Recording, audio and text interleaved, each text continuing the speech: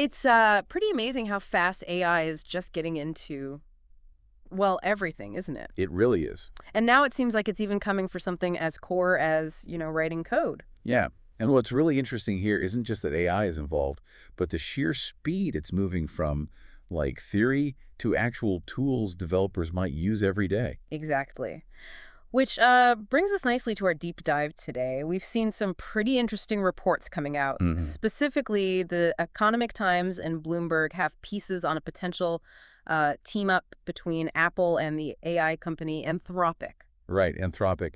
And these reports, they suggest Apple's making a serious push to get this sophisticated AI right into their own development environment. Think about the knock-on effects there. Huge potential, yeah, across the whole Apple ecosystem. So our mission for this deep dive is to try and cut through some of the noise, really figure out what this rumored partnership is about. Understand why it's making waves. Yeah, why it matters, and maybe, just maybe, hazard a guess at what it means for how software gets made in the future. And the real core of it, according to these reports, is this idea of an AI-powered vibe coding tool. Vibe coding, yeah. Using Anthropic's Claude Sonnet model, potentially built right into Apple's Xcode. Okay, so let's dive straight into that reported partnership then. What are the Economic Times and Bloomberg actually telling us about Apple and Anthropic? Well, the main story is that Apple is reportedly working with Anthropic, which, as the Economic Times points out, has significant backing from Amazon. Right. And the goal seems to be building this AI coding platform. And it's not like a separate app or something. The reports are pretty specific about this vibe coding tool being inside Xcode. Exactly. And for anyone listening who isn't, living in the developer world, Xcode is basically command central for building all Apple apps, iPhone, Mac, everything. Precisely. Putting it directly into Xcode means it's right there in the developer's workflow. No extra steps. And the AI engine, the reports say, is Anthropic's Claude Sonnet. Claude Sonnet. That's Anthropic's sort of faster, more accessible model, isn't it? Not their absolute top-tier one. That's right. It's designed to be quicker, more responsive. Which kind of suggests they're aiming for real-time help, right? Assistance while you're actually typing the code. That's a really good point. Yeah, choosing Sonnet probably points to needing that rapid feedback loop that's so critical when you're, in the zone coding. The main goal, based on the reports, is helping programmers write code, edit it, test it, the fundamentals. Okay, now this term vibe coding, it keeps coming up. It sounds cool, but also maybe a little vague? Yeah, it does sound a bit out there. Can we pin down what vibe coding is actually supposed to mean? So think of it less like simple autocomplete, suggesting the next word or line. Okay. It's more like a way of programming where the AI takes a much bigger role in actually generating the code. Generating larger pieces. Potentially, yeah.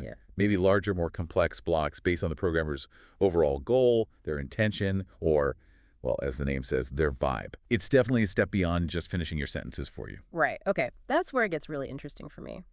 The AI acting almost like a coding partner. Yeah.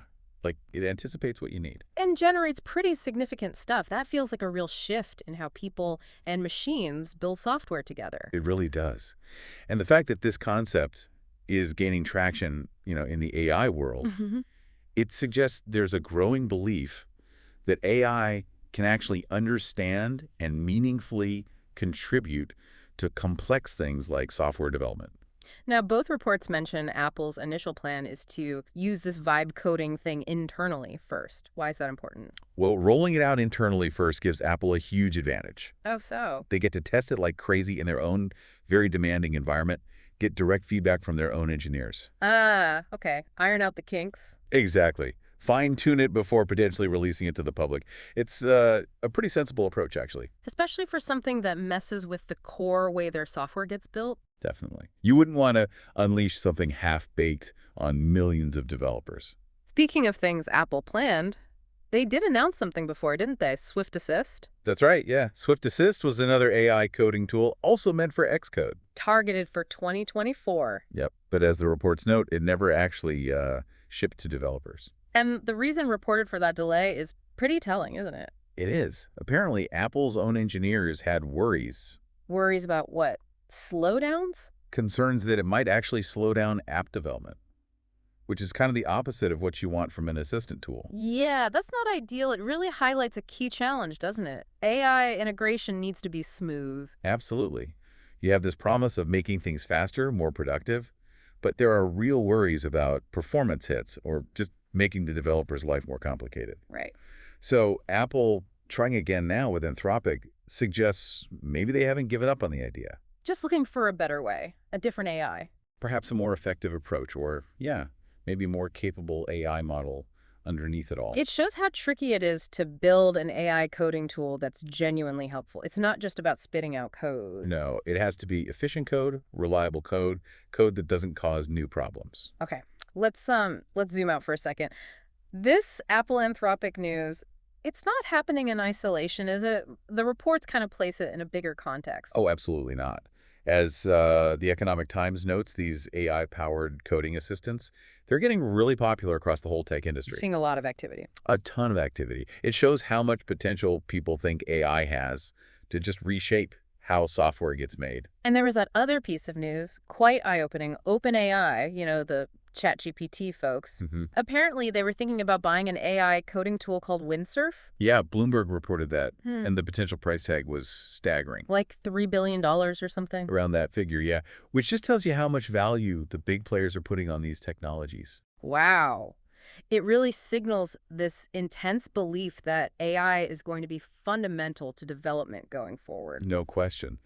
That potential deal, it just underlines the race that's going on. A race to dominate this new market for AI developer tools. Exactly. So that brings us to the competition angle.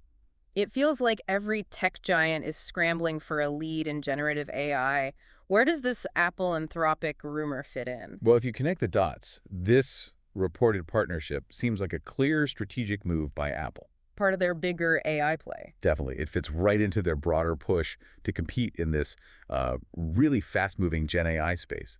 They've been putting AI features into lots of things. We've seen that with the hardware, right? Putting more powerful chips in devices specifically for AI tasks. Yep, the neural engine stuff. And then there's the software side, too. Like letting iPhones call out to ChatGPT for answers. Exactly. That example shows they're trying different things. It looks like they're exploring multiple angles. Building some stuff themselves, like Swift Assist. Right, developing in-house capabilities. But also teaming up with AI specialists like Anthropic, seems to be. And even integrating third-party models like ChatGPT. It's like a diversified strategy, Yeah. spreading their bets to make sure they stay right at the cutting edge of this AI revolution. Okay, so let's try and pull this all together. What are the main takeaways from this reported deal, and what are the bigger implications we should be thinking about? Well, one huge potential plus for developers is just efficiency. A big productivity boost. Right. Tools like this could automate a lot of the routine, maybe tedious parts of coding. We're freeing developers up for harder stuff. Yeah. High-level design, complex problem-solving, innovation, faster development cycles could be another big win. But then you have to think about the flip side, right? What does it mean for the humans actually doing the coding? That's the big question, isn't it? If AI is writing, editing, testing, what happens to the skills human developers need? It's a critical point. We'll likely see a shift in the role. Maybe developers become more like guides or supervisors for the AI. Focusing on the really creative, strategic parts. That seems plausible. Focusing on the bits AI can't do as well. But remember those engineer concerns about Swift Assist? The slowdowns, yeah. It's a really important reminder. This AI help has to be genuinely helpful, seamless.